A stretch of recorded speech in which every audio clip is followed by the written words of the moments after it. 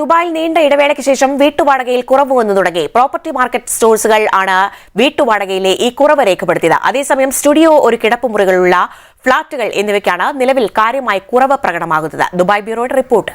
ദുബായിൽ കഴിഞ്ഞ 2 മാസമായി ചില സ്ഥലങ്ങളിൽ വീട്ടുവാടക വർദ്ധിച്ചിട്ടില്ലെന്നാണ് പ്രോപ്പർട്ടി മാർക്കറ്റ് സോഴ്സുകൾ വ്യക്തമാക്കുന്നത്.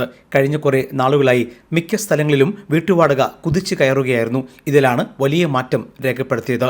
ഷെയറിംഗ് താമസ കേന്ദ്രങ്ങൾക്കെതിരെ അധികൃതർ നടപടി കർശനമാക്കിയതും വാടക കുറയാൻ ഒരു കാരണമായി ചൂണ്ടിക്കാണിക്കപ്പെടുന്നു.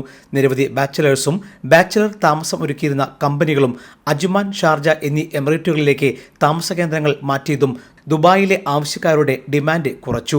ദുബായ് ഇന്റർനാഷണൽ സിറ്റിയിൽ കഴിഞ്ഞ 2 മാസമായി വാടക വർധന ഇല്ലെന്ന് യുഎയിലെ പ്രാദേശിക മാധ്യമങ്ങൾ റിപ്പോർട്ട് ചെയ്തു.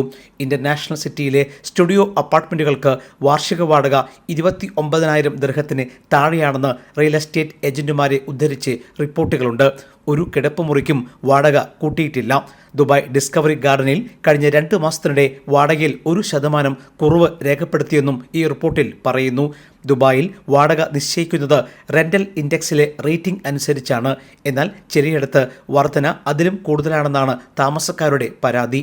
അതിനാൽ വീട്ടുവാടകയിൽ കുറവ് വരുന്നത് മലയാളികൾ ഉൾപ്പെടെയുള്ള വിദേശി സമൂഹത്തിന് വലിയ ആശ്വാസകരമാകും. Jaihind news, Dubai.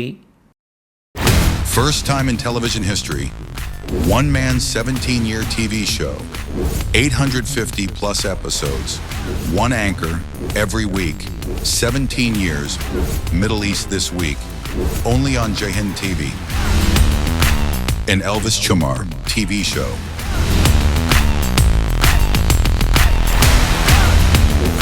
Middle East This Week, Middle East beyond the headlines.